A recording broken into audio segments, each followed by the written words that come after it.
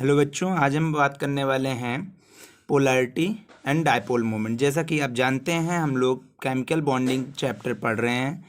तो इस चैप्टर में हम आज बात करेंगे पोलैरिटी एंड डायपोल मोमेंट में। जैसा आप जानते हैं, मेरा नाम दिव्यांशु मिश्रा और अपना ये प्यारा सा channel study point. So let's start the video. Guys, पहले तो हम समझेंगे कि पोलैरिटी क्या होती है। तो polarity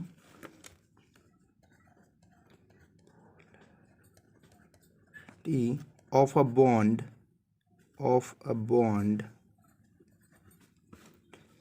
is expressed in polarity of a bond is expressed in terms of dipole moment of bond. उस बॉन्ड के डायपोल मोमेंट के टर्म्स में वो डिफाइन होगा। Because a polar covalent bond behaves as dipole. क्योंकि जो पोलर कोवेलेंट बॉन्ड होता है वो एक डायपोल की तरीके से बिहेव करता है। जैसा कि मैंने आपको पहले बता रखा है कि जो कोवेलेंट बॉन्ड होता है, covalent bond equal sharing of electron से बनते हैं, sharing of electron, equal sharing of electron से बनते हैं। तो ये दो तरीके के होते हैं, एक पोलर कोवेलेंट बॉन्ड, एक नॉन पोलर कोवेलेंट बॉन्ड। अब पोलर कौन से होते हैं गाइज? पोलर वो होते हैं जिनमें डिफरेंट इलेक्ट्रोनिगेटिविटी के एलिमेंट्स प्रेजेंट होते हैं और वो एटम्स प्रेजेंट होके वो कंबाइन करके एक बॉन्ड का फॉर्मेशन करते हैं। इसमें सेम इलेक्ट्रोनिगेटिविटी के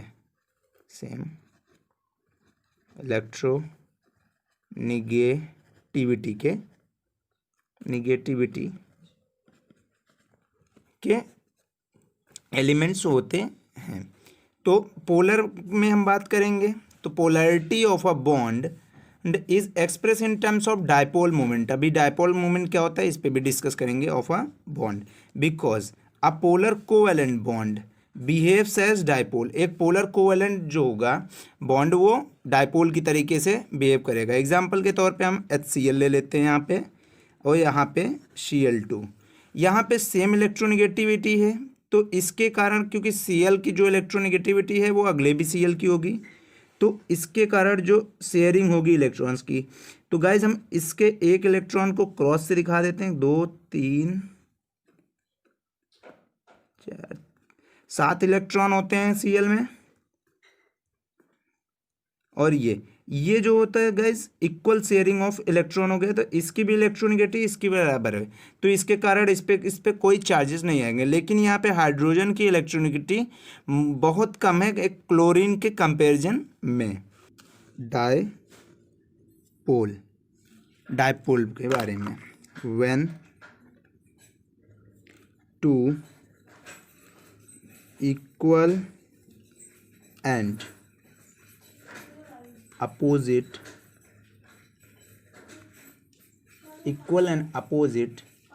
charges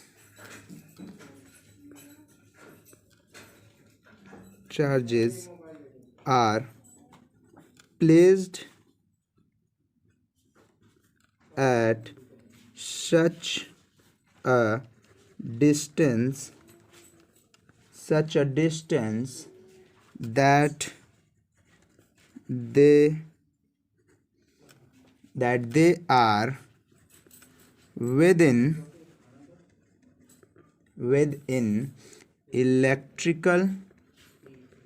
electrical field to each other, to each other. Such a system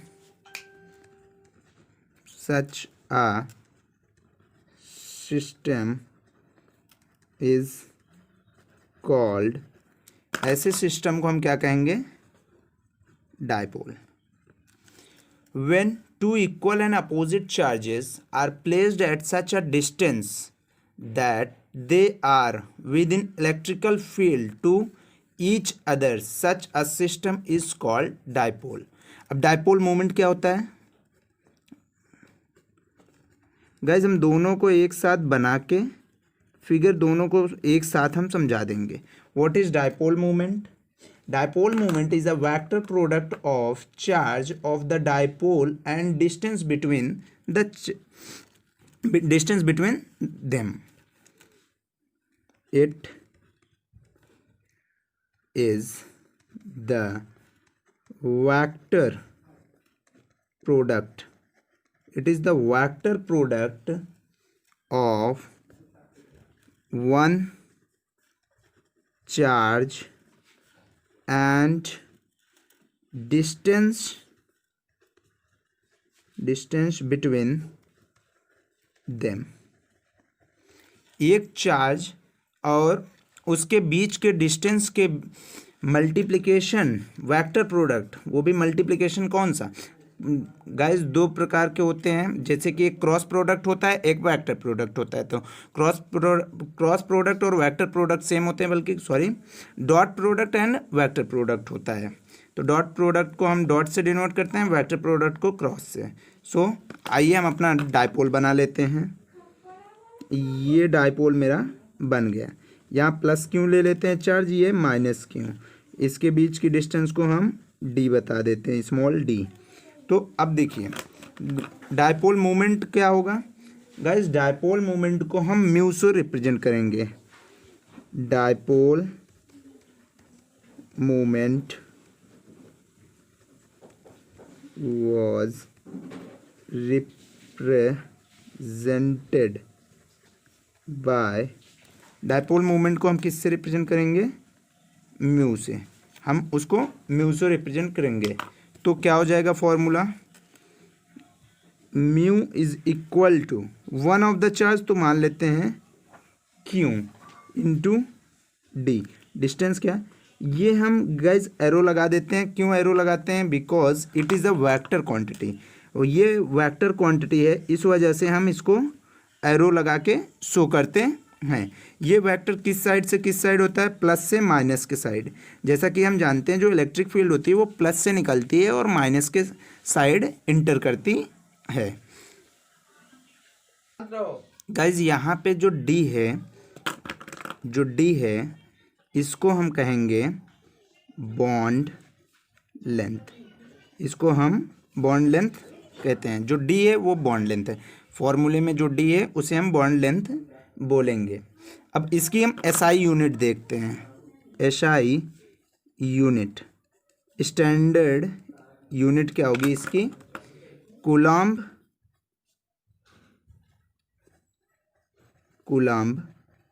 metre. इसकी यूनिट क्या हो जाएगी? Coulomb metre. ठीक है. अब अगर एक एग्जांपल लें, एग्जांपल से हम समझेंगे कि अगर एफ लेते हैं, एफ, तो ये पार्शियली पॉजिटिव, ये पार्शियली निगेटिव. ऐसा क्यों होता है गाइस? जब एच और एफ का बॉन्ड बना होगा तो उसमें जो है ये ज़्यादा इलेक्ट्रोनिगेटिव होगा. F is more electronegative than hydrogen. ये ज़्यादा इलेक्ट्रोनिगेटिव होगा. इस वजह से ये देखिए एरो क्या शो कर रहा है कि पॉजिटिव साइड से जो पॉजिटिव चार्ज था उस साइड से निगेटिव साइड को ये एरो शो करता है. तो मतलब कि जो इलेक्ट्रॉन है वो इस साइड डिस्प्लेस हो गया है. अब देखिए गाइस, जो जैसे कि ऐसे कंपाउंड्स होते हैं जिनके पास परमानेंट डायपोल मूवमेंट होता है, तो हम उन्हें पोलर कंपाउंड्स कहते हैं। द कंपाउंड्स हैविंग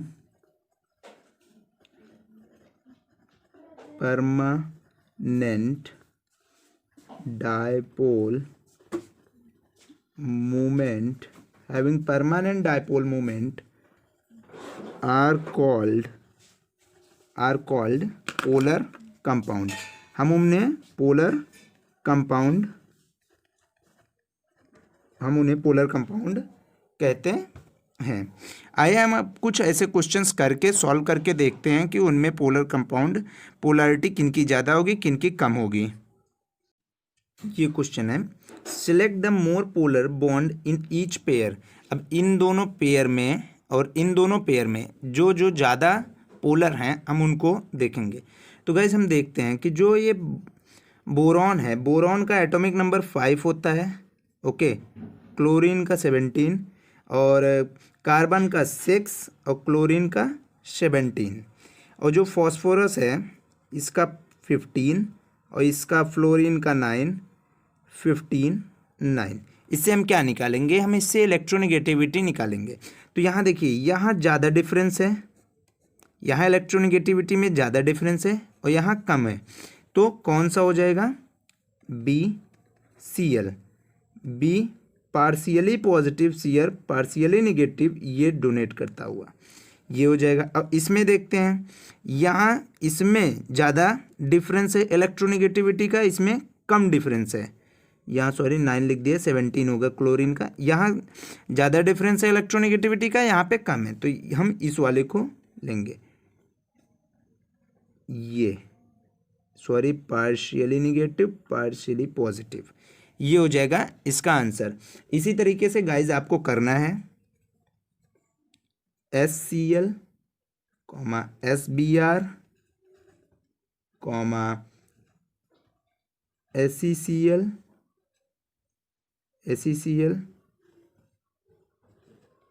SeBr, इनके इसके और इसके बीच का आप निकाल के चेक करिएगा। Thank you very much for watching this video guys. If it help you then like it।